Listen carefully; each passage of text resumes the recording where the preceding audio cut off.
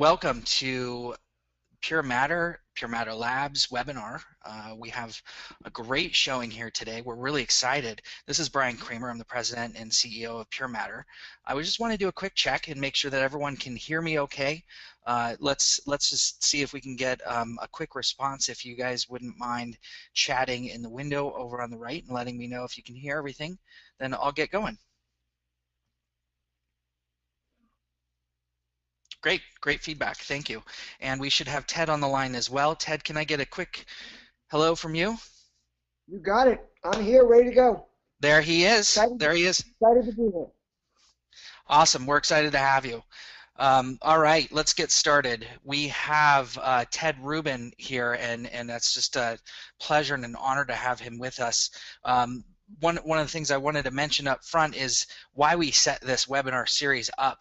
We do, as you guys know, for those that are old hats here on the webinar, and anybody that's new, we have the series that plays once a month with best-in-class people in respect to marketing and social media. That said, we are very honored to have Ted with us today. He and I spoke on a panel at the IBM Global Summit, and I have to say, Ted knows his stuff. If you don't take away at least one thing and see why we think so highly of Ted here at PureMatter, I'd be really surprised.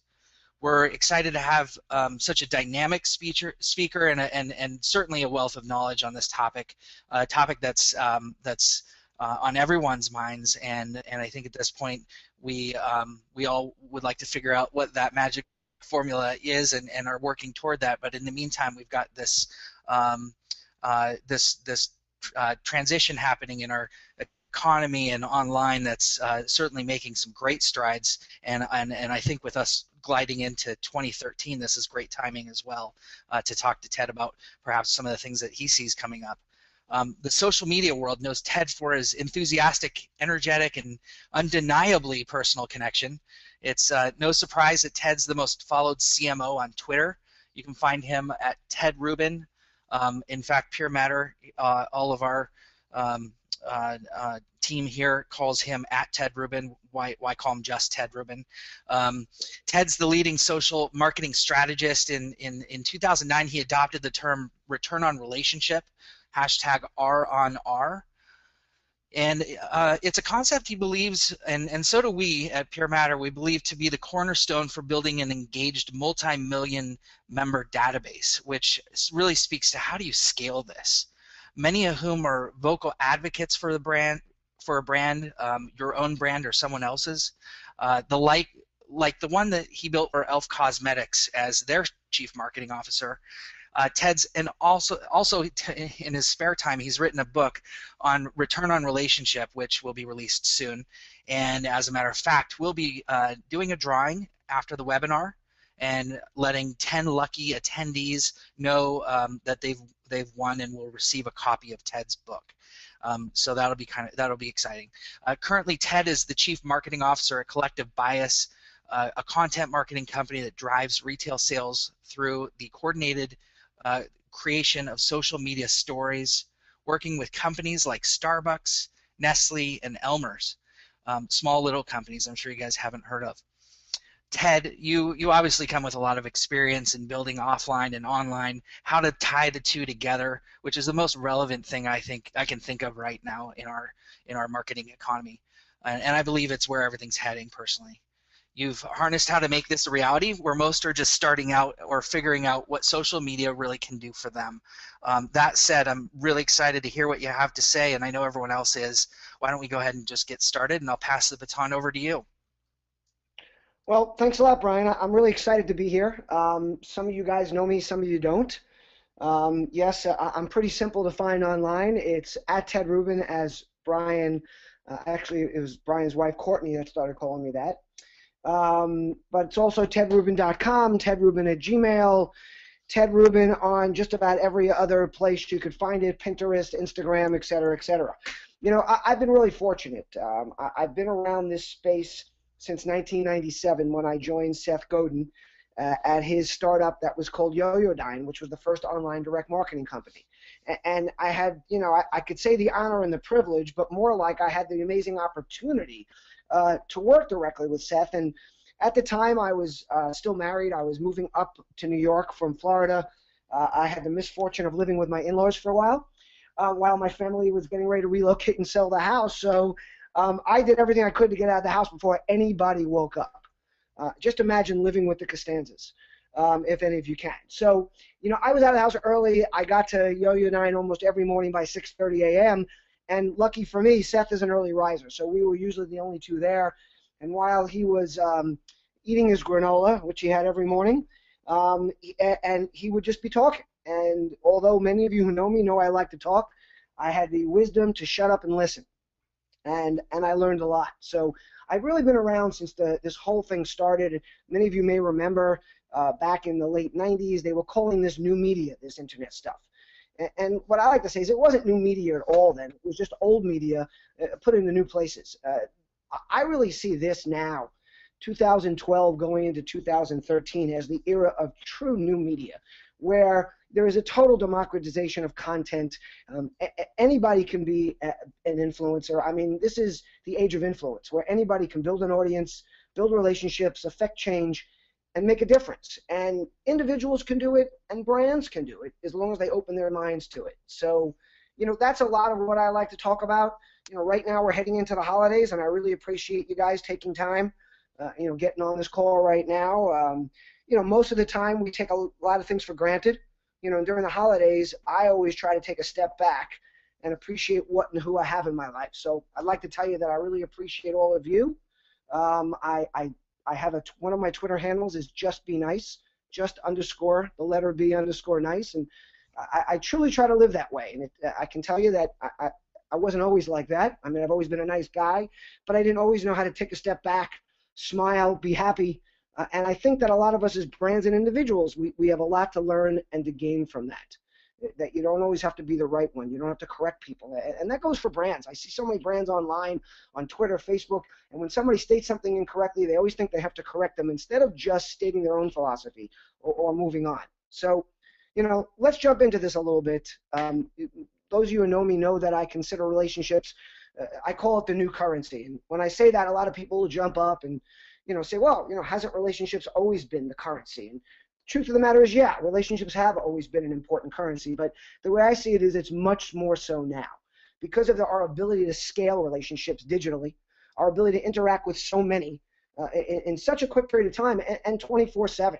So for me, that's very important. Now, what I'd like to say here is that usually when I speak, I'm in front of an audience.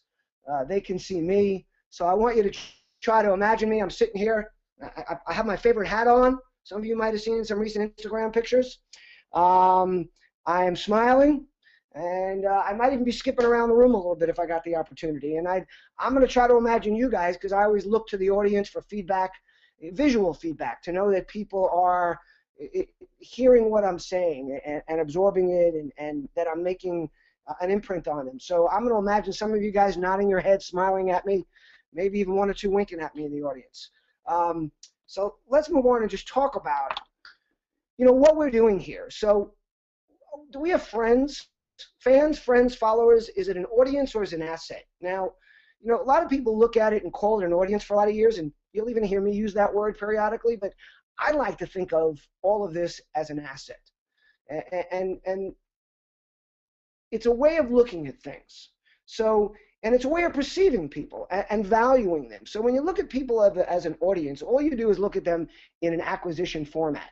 I go out, I get how many people are watching me, how many followers do I have on Twitter, how many friends do I have on Facebook, how many fans are liking my page, all these other kinds of things, instead of looking at it and realizing that it's more about the value that you can give to them so that they can give value back to you. Because, in this time of content and commerce, if you're not adding value, then you just become a commodity. And that's what's happening to a lot of brands out here, is they're just competing on price. And if you do that, you can only go so low, and it's a total race to the bottom.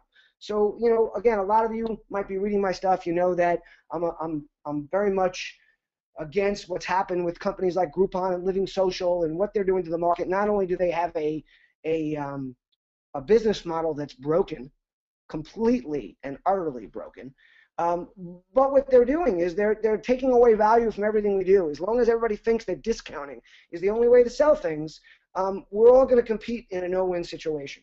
So what I like to do is I like to reach out and understand, how do I build loyalty?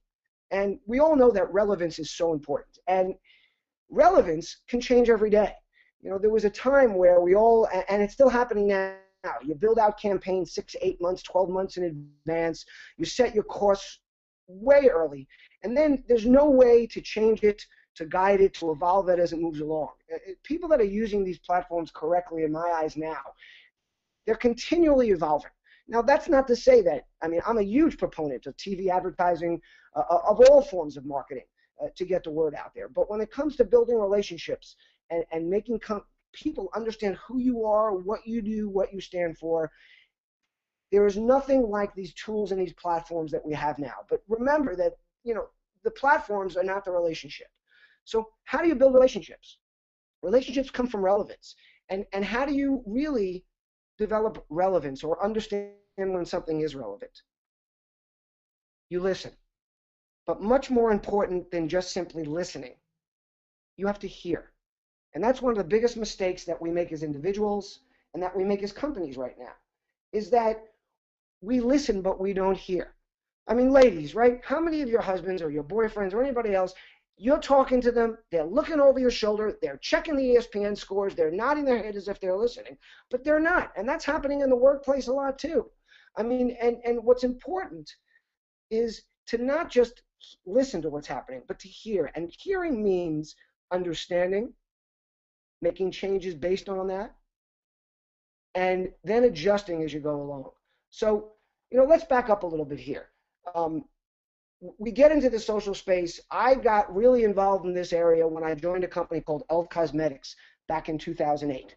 Now, I think I was involved in social media long before that, because I think all these tools we're using, all marketing is social, but especially, you know, email started making things more social, the telephone made things more social, but we started getting these tools that allowed us to scale it. And I joined this company called Elf Cosmetics, eyeslipsface.com.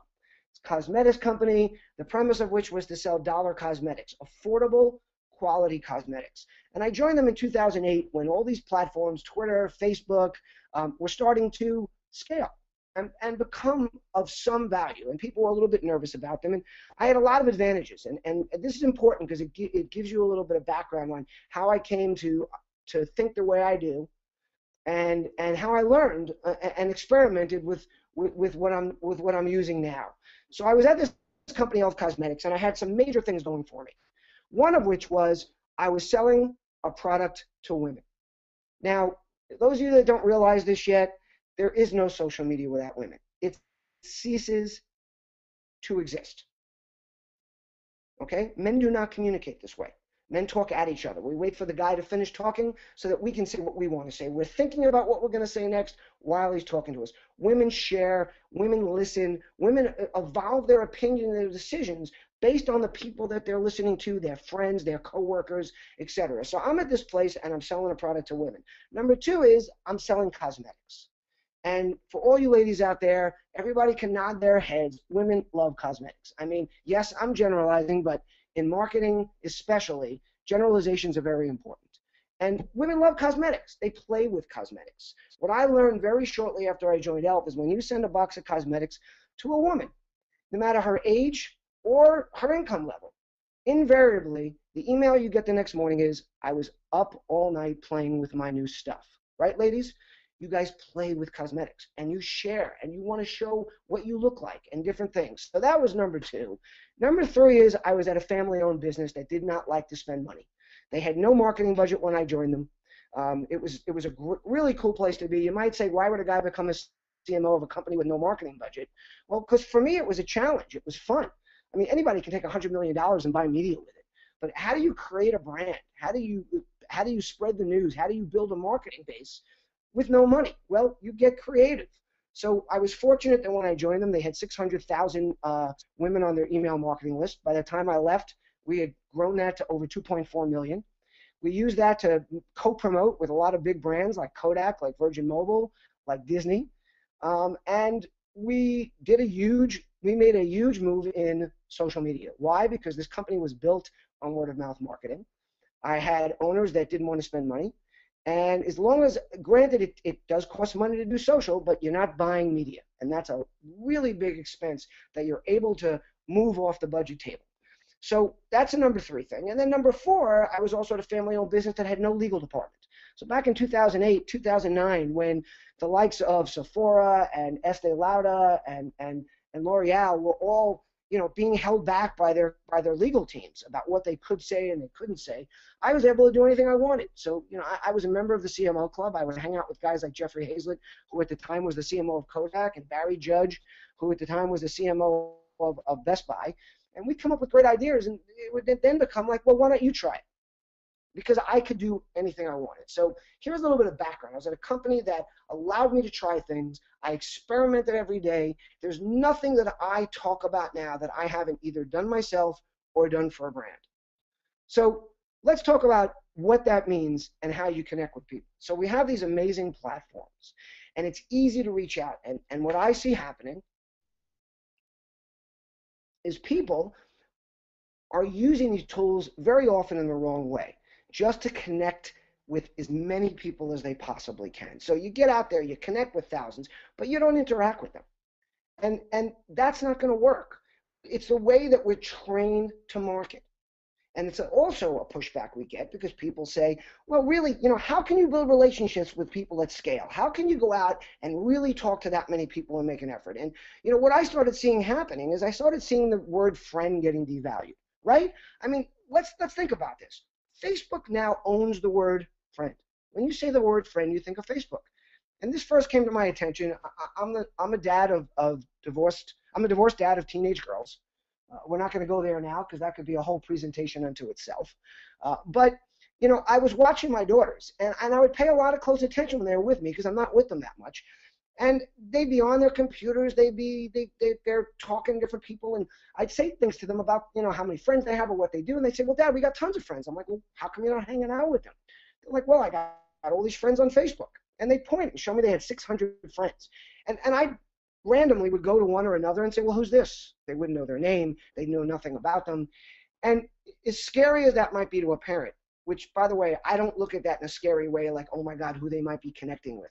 I look at it more that they're making the word friend have less value. They don't understand what it really means.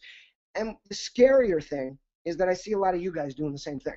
And I see a lot of people at companies doing the same thing with the like button or its predecessor, the fan button, that people think that just by clicking that thing, you've now developed a friendship. So, at the beginning of this year, I started talking about making 2012 the year of taking the word friend back. Because how do you connect with people? You connect with them one by one. Now, you're going to say, okay, if it's one by one and we have 10,000 customers, 1 million customers, how do we connect with all of them? If we have 1 million people that have clicked like on our fan page, and let's make believe that they really did do it because they do like us. Let's take that jump and say that happens. Well, how do you connect with them? Well, what you do is you connect with the people that want to connect with you. Understand that most of the people out there, whether it be on Facebook, Twitter, a cocktail party, at the PTA meeting, most of them don't want to talk to you. They want to know they can talk to you. They want to feel like it's available. But most of them don't want to talk to you. If everybody was talking at each other in a cocktail party, nothing would get accomplished. There's possibly 1, 2, 3, 4 people talking, and lots of people gather around.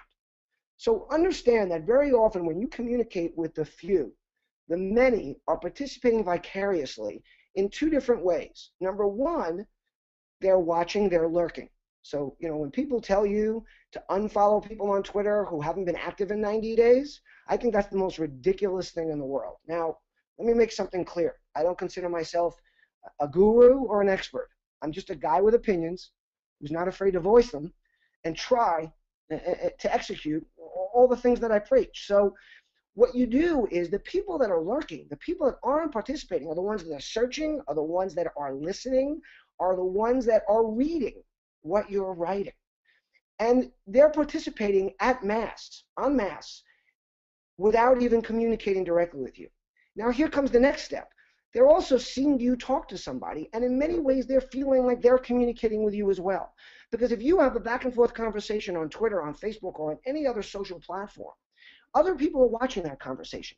And I'll tell you, it's happening every day. You'd be surprised at how many people are listening in. I was recently on a conversation with a blogger named Victoria Haller, whose Twitter handle is VDog, and unfortunately, her nephew was one of the children killed at Sandy Hook, and she was desperate to get a note to her family out there that was real the next day for a funeral, and we were having a conversation about it. And I can't tell you how many people were listening. And she reached out to JetBlue, who we'll talk about it a little bit later on down the road in this conversation, who really stepped up and did a really cool thing. But we'll get back to that. Another thing you'll realize is my head is like a Twitter feed. Things go through my head constantly. I jump off in different directions. So I might go off on tangents. Unfortunately, we're not in front of an audience right now where you guys can pull me back if I forget to cover something, but you can always ask me a question at the end. So communicate with people one-to-one. Realize that when you're communicating with a few and you're doing it in public, don't go to DM. Don't take them to email. Talk to them publicly. Solve their issues, right out in the public view. It's so important. Because what you have to remember, which is a key to all of this, is that social is a facilitator of relationships. It's not the relationship itself. And this is a mistake that's being made across the board. And when I'm asked about what's one of the biggest mistakes you see companies making, this is one of them. They assume by connecting with you on a social platform that they now have a relationship. I mean, and if you think about that, and if you were to step back, any marketer was to step back and think about that in real life. I was at the PTA meeting. Everybody in the room is now my friend, or I have a relationship with them. They look at you like you were crazy, but they assume that that's what happens when you're using social platforms. So let's talk for a minute about a company that gets it. And those of you who have heard me speak before or seen some of my recordings know I talk a lot about JetBlue. It's because of experience I've had with them. The reason I say they get it is not because of campaigns they run on social media or really cool things they do, is because their primary function, what they use social platforms for, is to listen, hear, and communicate. So I'm going to tell you a quick story. Well, not really that quick, but it really demonstrates, how a company can be involved in what they do. So it's 2009. I'm headed to South by Southwest. Many of you probably know what that conference is, the largest digital conference in the world. I don't know, 17, 20,000 attendees.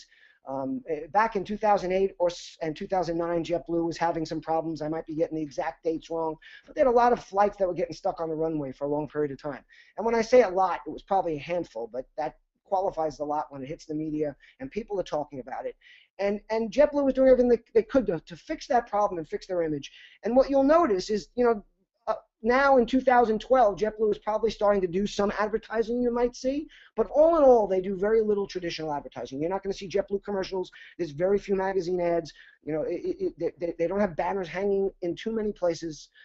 And they jumped in a big way to social media and decided that this was a place where they could really communicate with people and build relationships. So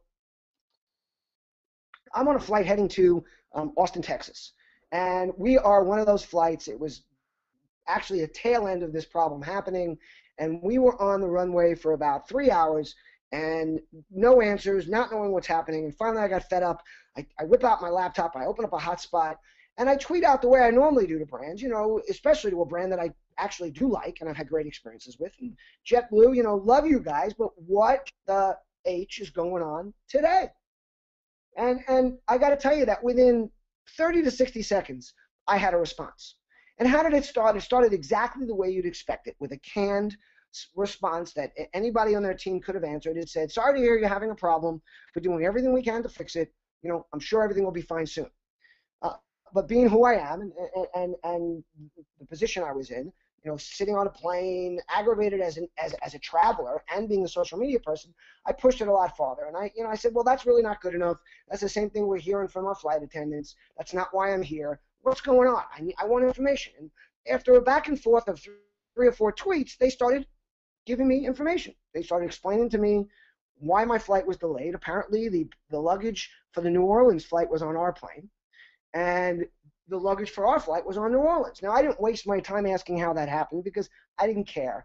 And truth be told, I shouldn't care. I just want to know how they're going to fix it. So they started, as I kept pushing, and they kept giving me basic answers, they started opening up and explaining to me. Now, this is about listening. So let's talk about everybody out there in the audience. Everybody here knows that if somebody listens to you, you're going to calm down and be a lot happier than if someone doesn't listen to you. I mean, right? I mean, you want, whether it's your family or it's your mate or it's somebody at work, we all just want to be heard. And I got to tell you that most brands, if they would just listen and respond with some answers, they'd find that they don't always have to solve problems. And again, JetBlue is a perfect example, because I got to tell you, I don't care how many people are complaining, a flight's not going to take off because we're bitching when we're on the plane. If the tower is not letting them take off, they're not going anywhere. So they start explaining to me why they can't just move the luggage to our plane. Because I'm like, hey, I'll pick it up, I'll carry it for you. I bet a bunch of people on the plane will get off and walk this luggage over. But they explained to me how you can't move anything on the tarmac, you need a gate, you need a crew, there's unions involved. And while this conversation was going on, I am talking to everybody in the plane and giving them the information. So JetBlue accomplished a bunch of things. They took a guy online that other people are watching online, and they answered him and listened and paid attention and gave answers.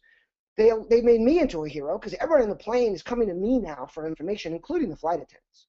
So a few minutes, about 20 minutes into this, they tweet me back and say, listen, we've got a crew, we've got a gate, we're going to get you back, we're going to move the luggage, we'll have you in the air in about half an hour. So everybody's excited, hands start clapping. I'm sure the other guy on the other end of Twitter figured he was done, but he wasn't.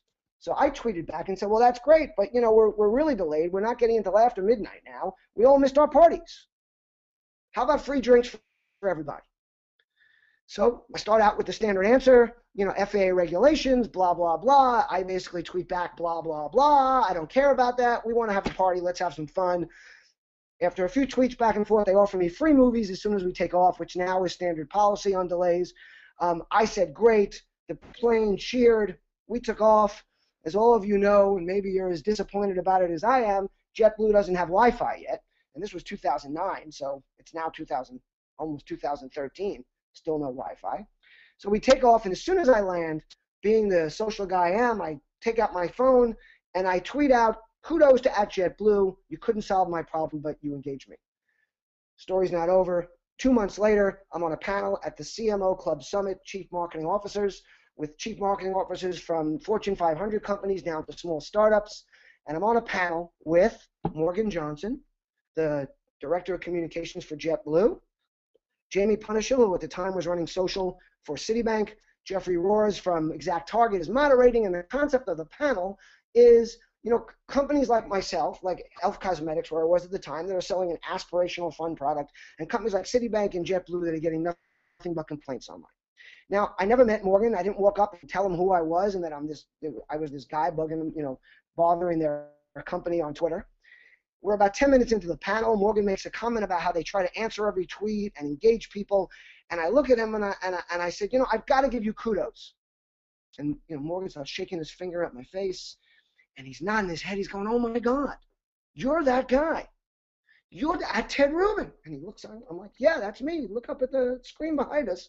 And I'm looking at him just incredulously saying, well, how do you know? He's like, because I'm the guy that was tweeting with you. Now, here's what this tells you. It tells you that these people back in 2009 were already sophisticated enough or paid enough attention to know that they listen to people, they answer tweets, and when somebody starts answering questions that a lower level or basic person can't answer, escalate it to someone who can, especially if that person has a lot of followers on Twitter, or you notice that there are a lot of people retweeting him, no matter how big his following is. You see there's an engaged audience. Jump in and make sure to be a part of that. Now, JetBlue at this point, I think, has 35 people in that department, and they answer just about every tweet. You tweet it out to them now, I guarantee you they'll tweet back, and no, I did not tell them I was doing this webinar. So, you know, and there's a lot of other things they do right, but that's what's really important. And there's a lot of companies out there like Virgin America. Now, here's a great example. Virgin America is probably one of the best companies when it comes to social campaigns and initiatives. They do great fun stuff. When Porter Gale was their CMO, which she was from when they started up until about a year ago, she would try out every new platform, do fun things with photos and videos and events at different airports. But you know what they didn't do? They didn't answer tweets. And if they did answer it hours after you sent it, They would ask you to go to follow them so they could DM you. And then as soon as you played that game, as soon as they DM'd you, they'd give you an email address to take it offline further to the customer service. And if we have time, I'll tell you my other story about them. I don't want to go there right now because there's other things we want to cover. But this is a lot of what's happening. And what I see now is I see companies like Delta and American who are incredibly improving their social interaction and engagement. And in my eyes, I'm fairly certain they're modeling it after JetBlue. So now let's take that to the next step. Let's talk about, look at this great thing JetBlue did, but what did it do? It built trust. Because how do you build trust? Building trust is based on interaction. So talking to people, answering people, making people feel you're always there. I mean, how much do you trust a company if every time you call, you get put on hold for 20, 30 minutes? And you know that part of that plan is they know you're going to get off the phone.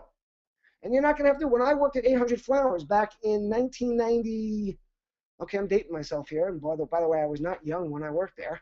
But when I worked there back in 1998, 1999, there was a policy with customer service was basically just say no to begin with. I mean, how many of you guys have called up a company and you know that the first time you ask for help or to do something, the initial answer is no? You want to know why? Because they've done studies that 70 to 80% of you will say, okay, thank you very much, and get off the phone.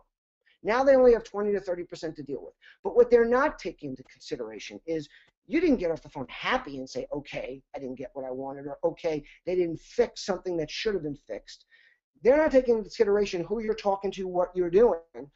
And that was back in 1998. Imagine what that person does now.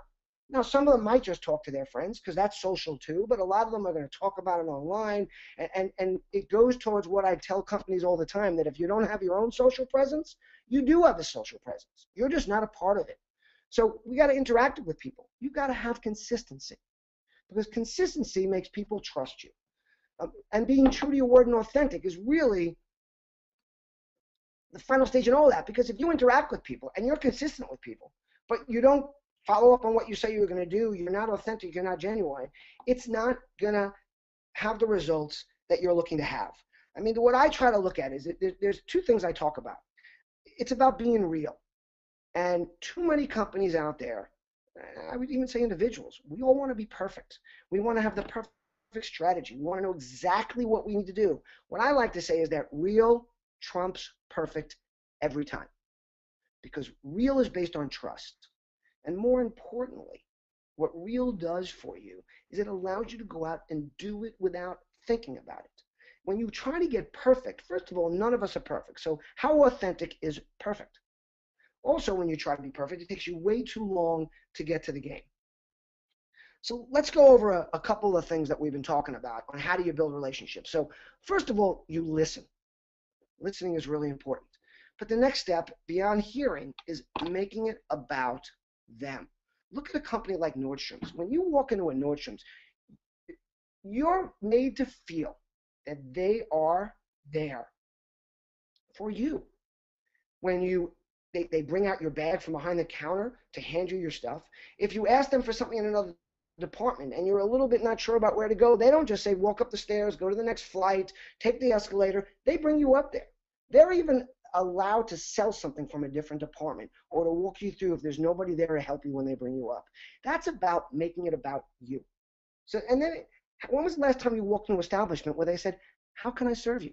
How can I help you? That used to be a part of everyday merchandising. That used to be part of what merchants did locally. You knew when you walked into a store, someone would say, how can I help you? And now you don't hear that anymore. And aiming for ongoing engagement. So this has a lot to do with the way I see marketing being done today. And I talk about this a lot, that as long as everything is just campaign and initiative based, it's never going to have that long-term relationship building capability, because as soon as a campaign ends, that whole concept is over. So let's look at the Olympics this year. Look at the amazing campaign that P&G did with moms. It ended as soon as the Olympics ended. Why did it end? Why wouldn't they have kept that going? Because their mindset is that it's a campaign and it's over.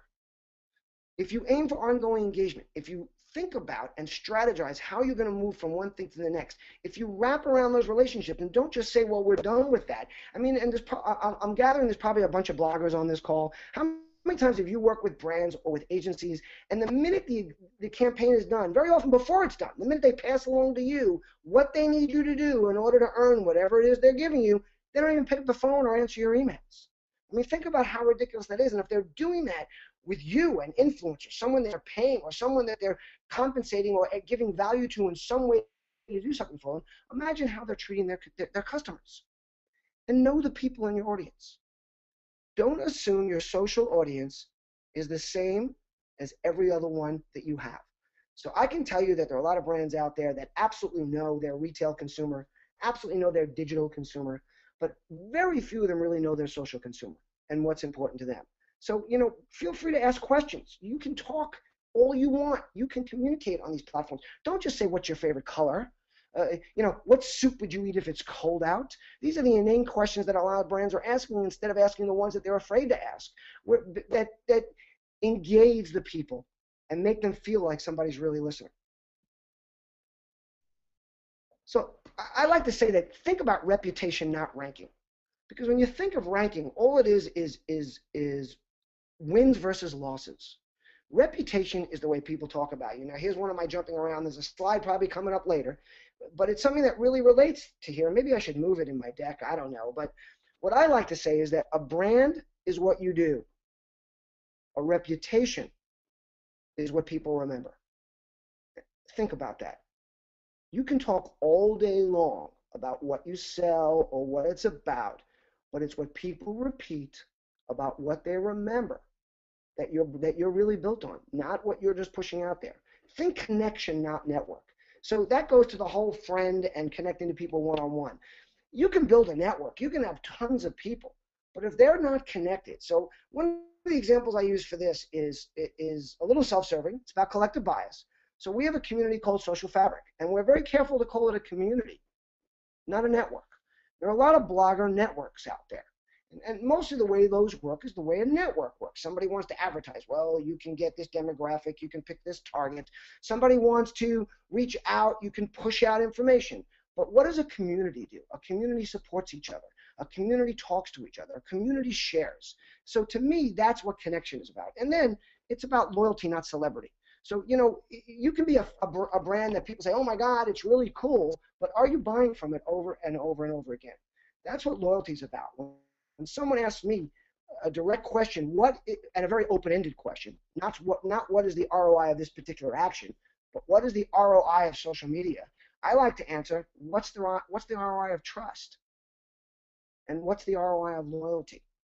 And so for those of you that are marketers or are working with brands, and if they say to you, well, what does that mean? That's just answering a question with a question. It's really not, because almost every brand out there, maybe not startups, but even them, they're developing it. But any legacy brand has loyalty data in their data banks. I guarantee it. They can pull out and tell you that when they had a loyalty program, if they don't anymore, because there was a time that they all did, or they all piggybacked on somebody else's, whether it was airline miles or something like that.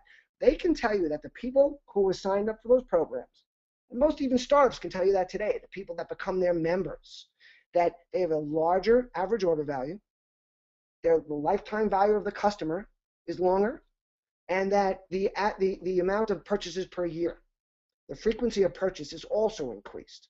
That is directly relatable to return on investment. And that is what social interaction and relationship building creates. Oh, there it is. See, I think maybe I have to put those both on one slide or something, but it's worth repeating. A brand is what a business does, and a reputation is what people remember. Now, you know what doesn't work for a social media strategy? Not being social. Now, you're probably sitting out there going like, well, of course, hello. But the truth of the matter is, so many companies are not social. So many of you guys are not social. You're putting out information. You're not answering people. If they come in and they disagree with you, you're moving on. You're not debating with them or discussing with them.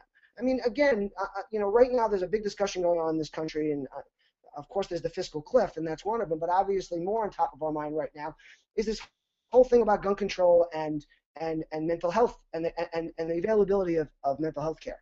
And without getting political here, let's just have a conversation.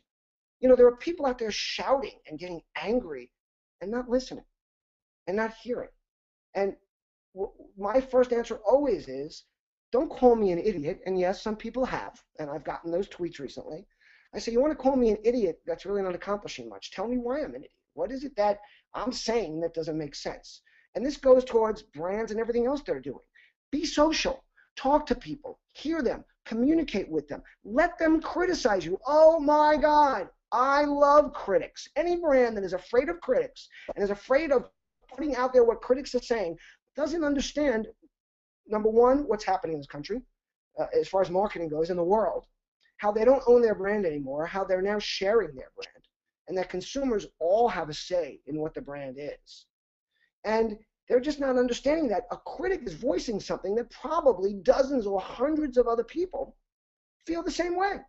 And if you're not willing to listen to that, then the odds are your brand's probably not going to evolve. You're probably not going to sell more.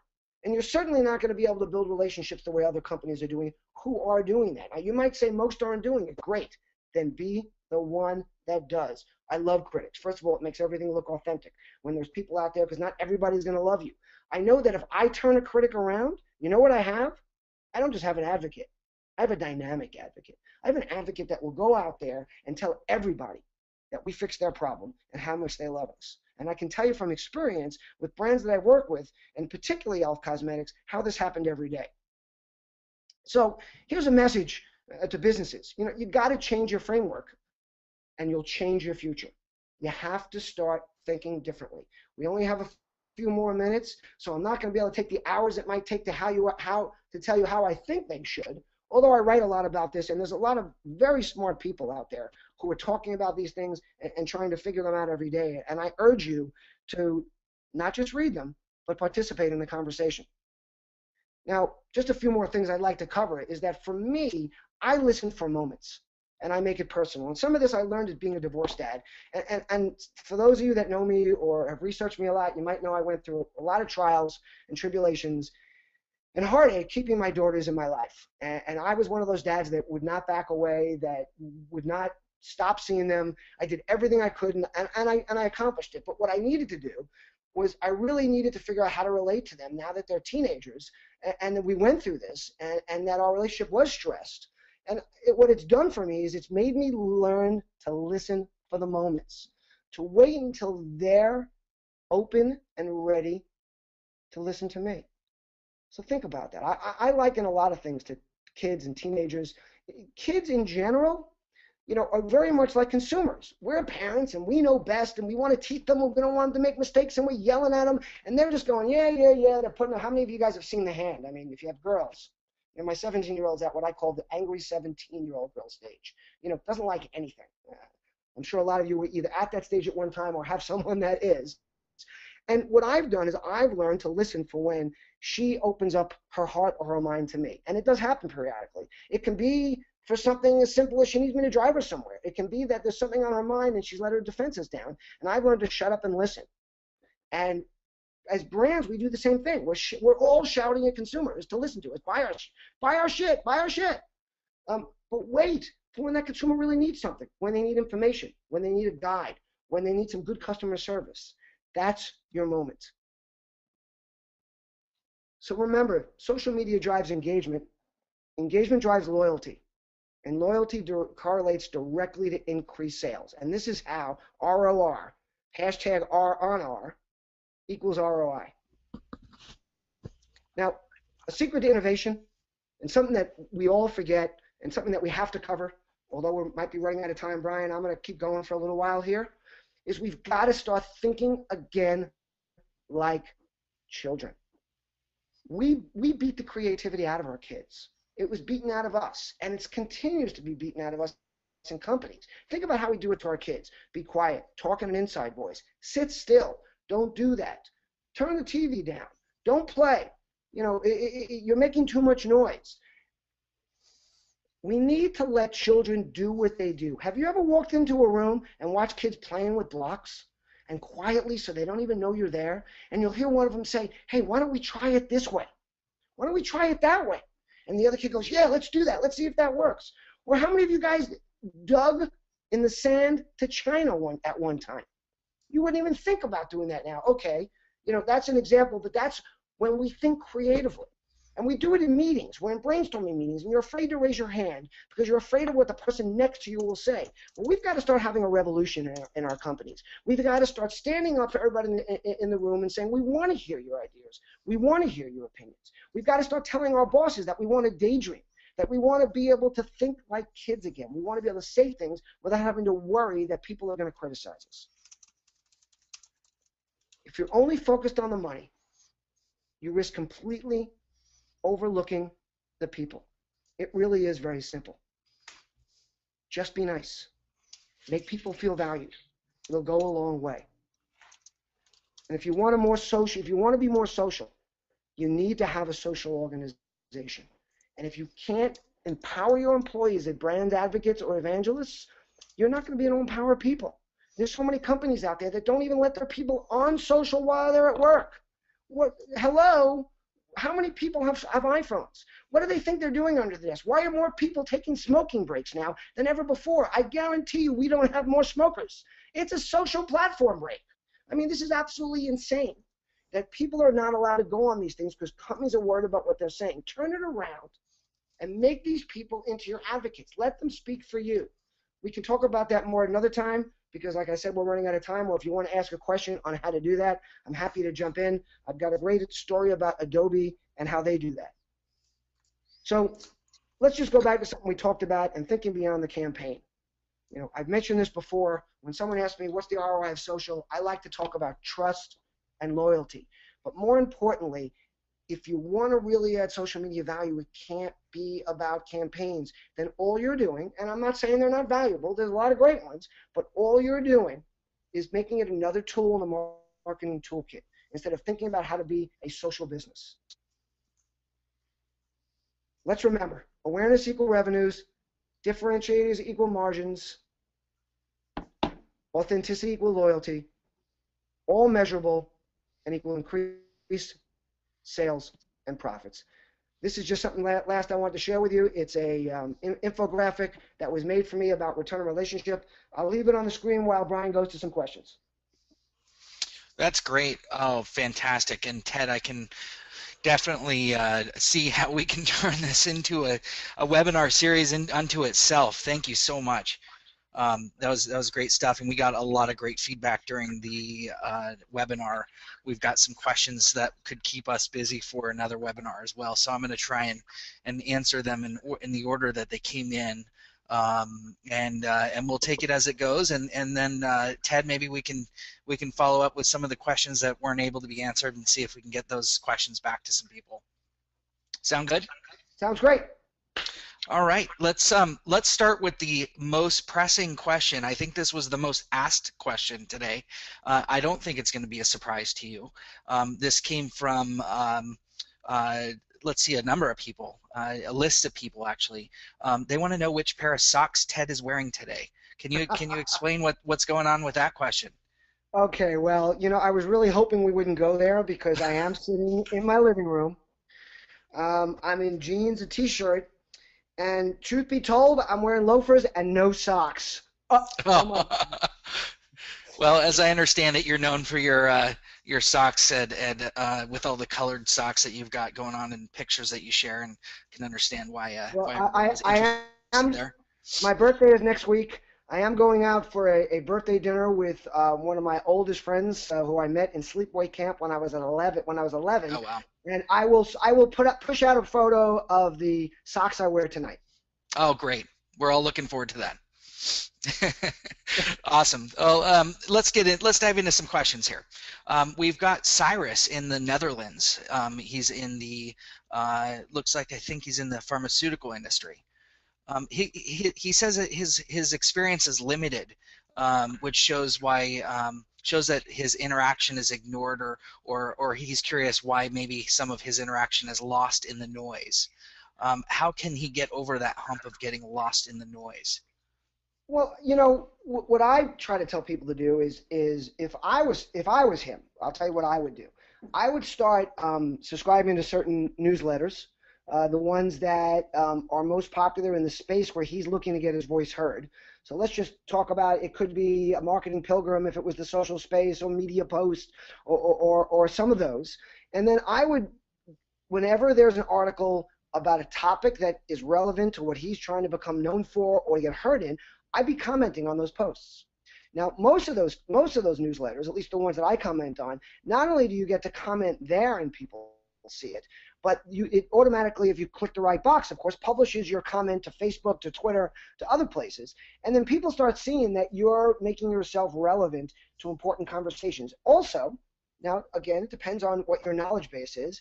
I would start, making comments that aren't just questions, stating your thought process, what you think about. And don't worry, again, let's go back to the childlike of innovation. Don't be worried that, well, I really don't know this that well. Start making a voice for yourself, and I guarantee you people will notice. At the same time, build your presence. What I love about Twitter is that it's really the only social platform where it's 100% acceptable to aggressively build your following. But don't just build it. Start tweeting out valuable information. Start putting out things so people look to you for value. And one last tip before we finish this question is that most people just either have conversations on Twitter or tweet out other people's links. I use Twitter as a publishing platform, and very few people do. So if you publish original thinking on Twitter, people will start looking to you to hear what you have to say every day. Fantastic. I think that's a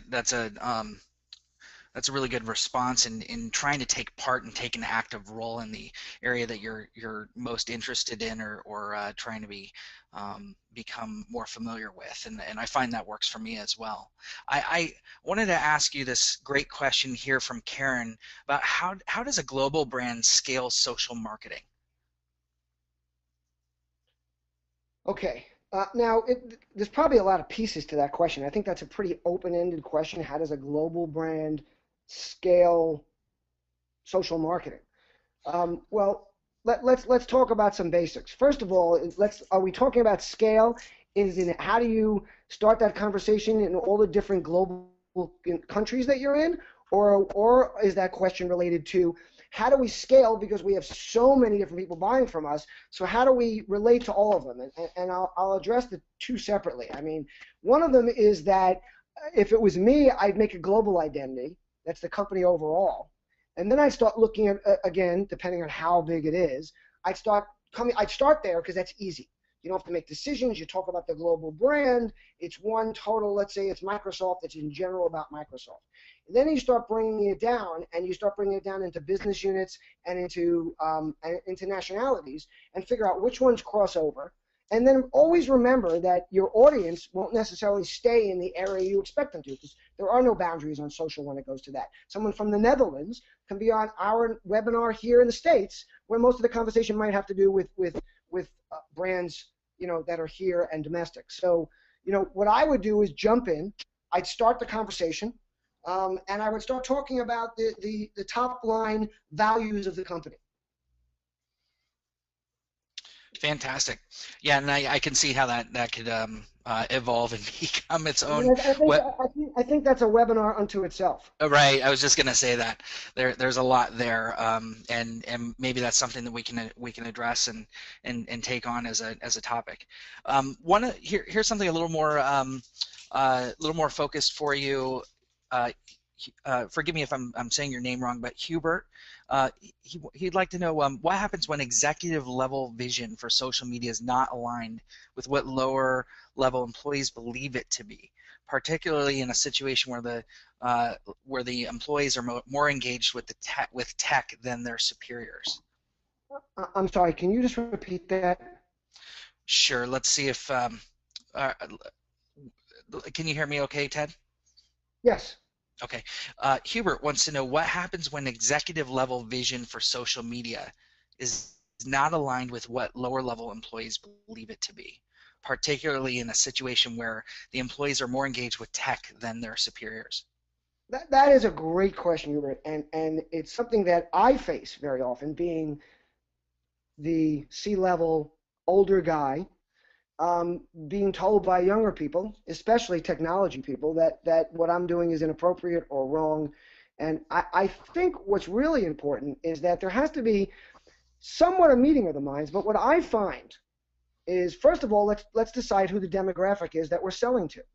So if we're selling to millennials, well, then our engagement strategy has to be in line with millennials. If we're selling to people in their 40s and above or to seniors, then a lot of what you're going to do to millennials is irrelevant. So the first step is recognizing who you're selling to, and not whose opinion is most valued. The second thing you have to look at is the marketing message. What I find a lot, especially with technology people, and I'm showing my prejudice here, by the way, so please excuse me, and with young people, is that they tend to look at these platforms as purist platforms. You shouldn't be doing that here. You shouldn't be marketing here. This communication is, this platform is strictly about passing along information. Or you shouldn't tweet the same thing 3 times or more than once because that's not appropriate, because that's what teenagers have decided. Well, first of all, in my experience, the majority of the time, the technologists and the teenagers are wrong. They're not looking at this from a marketing standpoint. They're not understanding the platform and really how it works, how few people see a post, how communication is really affected there, or how those people actually communicate outside of that platform. So I think that what has to happen is you have to decide, number one, let's just back up. You need to find out who your market is and who you're marketing to and how they interact and engage. Number two is you have to look at this from a marketing standpoint and really understand what happens if you put out the same message over and over again, because there are basic tenets of marketing that still hold true here and that I see being ignored a lot in social. Reach and frequency. The basics of marketing are reach, frequency, and market to your target audience, not to yourself. So reach and frequency means repeat things so people hear it. 2 all beef patty, special sauce, lettuce, cheese, pickles, onions on a sesame seed bun. I mean, when was the last time you heard that ad campaign? But it's in my head and will always be there when it absolutely positively has to be there. And I've also had some great feedback in this respect because I tweet the same thing a lot. I use a lot of my content over and over because it's content, it's valuable, people like it. And I've had people stand up when someone says, "Oh my God, you said the same thing 5 times." That's because that person is watching everything I'm doing. Whereas other people have said, "Oh my God, I'm so glad he said it again," because I needed to hear that again. I needed to know that I should be doing less fabrication, more facilitation. I don't remember it from the first time. So I think that's a big part of that question and how you have to look at it. That's fantastic. I've got one more question for you, and this is actually, I'm going to jump in with my own question here, and we've got 2 minutes left here for this. I wanted to ask you. You've got, I think, almost 100,000 Twitter followers, and you're up there on just about every other social network as well. And you obviously earned it through everything that you're talking about on through social relationships and building those connections. I'm curious, not how you built it, but how you managed that. You're a dad. You're a CMO. You're an author. You're a social media engager. How do you manage your own brand and enable yourself to do all those different things and still connect with everyone out there? Well, I do have to tell you, it's challenging, and the more extensive my community and network and audience gets, the harder it is to do. But so I will give you a warning: when you build your personal brand, be careful about making it about responsiveness. So everybody knows that I'm responsive, and that brand image is very important to me. For one reason, is it's incredibly authentic. It really is who I am. It bothers me when I don't get back to people. So, you have to first of all set up what your goals are and what you're able to accomplish and do. And then you have to be upfront and basic about it. So I'm very clear right now that I push a lot of my engagement back on my community, in that I engage as much as I possibly can. I do not sleep a lot. I'm obsessed with communicating with people. I find huge amount of value in it, but I also tell people to reach out back to me. If you reach out and I don't reach back, ping me again. I can't tell you, Brian, you and I have probably had a conversation like this where you said, you might have happened with this webinar. You said, "Hey, Ted, I'd love you to do a webinar. When can you do it? And here's a few dates." And I said, "Brian, I'm real busy right now. Can you ping me again next week and remind me?" I do that all the time, and I put it on people. And then, and it really bothers me when people don't come back to me and say, hey, I emailed you, I didn't hear back from you. So part of it is setting up what I call either managing expectations, or what Jeffrey Hazlett, a friend of mine, likes to call setting conditions of satisfaction, so that people know what to expect, what will make them okay and make them happy. The other thing is living up to what you say, and then when you find that you're not, make sure to let people know, like, hey, I'm really overwhelmed. I'll also use that. Every once in a while, I'll tweet out, or I'll communicate with people, and I'll say, oh my God, I am totally and completely overwhelmed and time challenged. Either give me a little time to get back to you or remind me. So, and then you have to enjoy it, and remember that it's not what everybody can do. Wow, thank you so much for answering that. I'm trying to grow my own social media platform, and I use you as a model and a mentor, and I really appreciate all those thoughts and you answering that question and some other great questions here today. It looks like we're out of time, but we'll be fielding some more questions we didn't have time for via Twitter. I want to take a moment to thank you, Ted, for joining us today, or I should say at Ted Rubin, and sharing so much this great information and especially your expertise.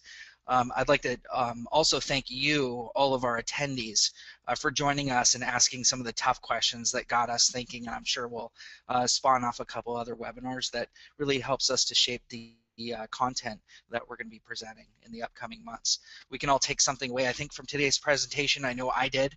Thank you for joining PureMatter Labs webinar. We'll be posting a recording of today's webinar online in about 24 to 48 hours, and we hope you'll join us again next time. Have a great and happy holiday and a happy Brian, new year. can I jump in with a quick thing just before we get off? You got it. Okay, just two things I want to leave you with. Make this part of your brand DNA. Tell your story in a way that people will care. How they'll care, not how you'll care. Okay? And then the last thing is, look at your own behavior and ask yourself, would I want to be my friend? Thank you very much. Guys, look for my book, Return Relationship. It'll be available for pre-order on Amazon any day. Awesome. Thank you so much, Ted.